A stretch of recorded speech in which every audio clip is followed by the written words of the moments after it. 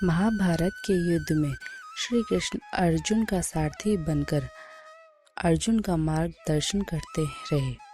द्रौपदी के भाई धृष्टद्युम्न पांडवों के सेनापति थे। कौरवों के तरफ से गंगा पुत्र भीष्म सेनापति थे। प्रतिदिन भीष्म हजारों सैनिकों को मार रहे थे, परंतु दुर्योधन को भीष्म पितामह पर कहीं न कहीं संदेह था। उसे लग रहा था कि पितामह भीष्म जानबूझकर पांडवों का साथ देते हैं और उन्हें मारना नहीं चाहते। यही सोचकर एक रात दुर्योधन भीष्म से सीधे बात करने के लिए उनके पास शिविर में पहुंचा।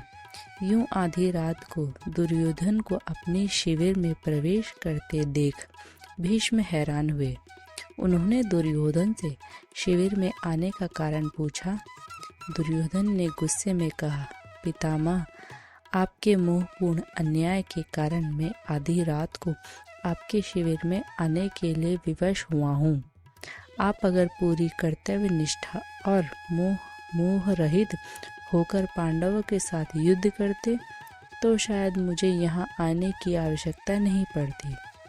युद्ध शुरू हुए 10 दिन बीत चुके हैं, लेकिन आप अभी तक पांडवों को पराजित नहीं कर पाए हैं। आप संसार को दिखाने के लिए युद्ध का अभिनय कर रहे हैं। आपको आज भी पांडवों से अति प्रेम करते हैं और आप मेरे सेनापति होते हुए भी पांडवों को युद्ध जीतते देखना चाहते हैं। अपने बारे में दुर्योधन के मुख से ऐसी बात सुनकर पितामह भीष्म बहुत दुखी हुए। दुर्योधन के मुख से कटु वचन सुनकर भीष्म ने दुर्योधन से पूछा, तुम क्या चाहते हो पुत्र दुर्योधन?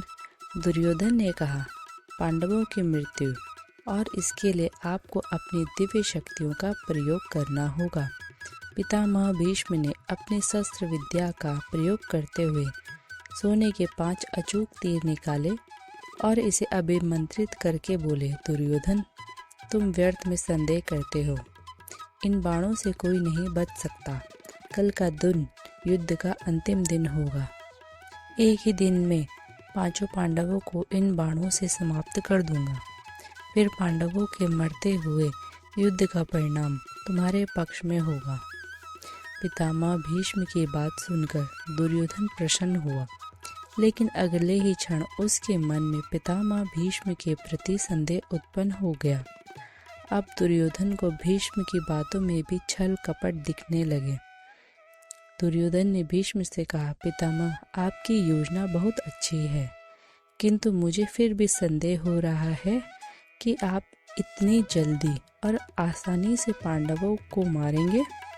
हो सकता है आप मोहवश या प्रेमवश उन्हें न मार पाएं, अतः आप इन बाणों को मुझे दे दें। युद्ध भूमि में आपको ये 5 बाण दूंगा और आपको आपके कर्तव्य की याद दिलाऊंगा। तब आप पांडवों का वध मेरे सामने कीजिएगा। दुर्योधन की बात सुनकर पितामह भीष्म ने 5 अभिमंत्रित बाण दुर्योधन को दे दिए। दुर्योधन अपनी संभावित जीत पर बहुत खुश था। वह बाण लेकर अपने शिविर में चला गया। भीष्म के शिविर के पास पहरा दे रहे पांडवों के एक गुप्तचर ने सारी बातें सुन ली। उसने महाराज युधिष्ठिर को आकर सोने के बाण के बारे में सूचना दी। तब भगवान श्री कृष्ण भी वहीं थे। युधिष्ठिर ने भगवान श्री कृष्ण ने कहा, हे गोविंद, पितामह के इन तीरों के प्रतिकार हम कैसे करेंगे? इस बात को सुनकर श्री कृष्ण युधिष्ठिर संग तुरंत ही अर्जुन के शिविर में पहुँचे और अर्जुन को पूरी घटना बताई। श्री कृष्ण ने अर्जुन से कहा कि पार्थ, तुम्हें दुर्योधन से उन 5 बाणों को मांगना होगा। श्री कृष्ण की बात सुनकर अर्जुन ने अचंभित होकर पूछा, दुर्योधन भला वो तीर मुझे क्यों देगा? तब श्री कृष्ण ने अर्जुन को स्मरण दिलाया कि एक बार अर्जुन ने दुर्योधन को यक्ष और गंधर्वों के हमले से बचाया था। तब दुर्योधन ने प्रसन्न होकर अर्जुन से कहा था कि वो कोई भी कीमती चीज दुर्योधन से मांग सकता है। उस दिन अर्जुन ने बात को टालते हुए दुर्योधन से कुछ नहीं मांगा था। अब वो समय आ गया है अर्जुन को श्री कृष्ण की बात सुनकर सब स्मरण आ गया। युधिष्ठिर की आज्ञा से अर्जुन दुर्योधन के शिविर में पहुंचे। दुर्योधन अचानक अर्जुन को अपने शिविर में देखकर सशंकित हुआ।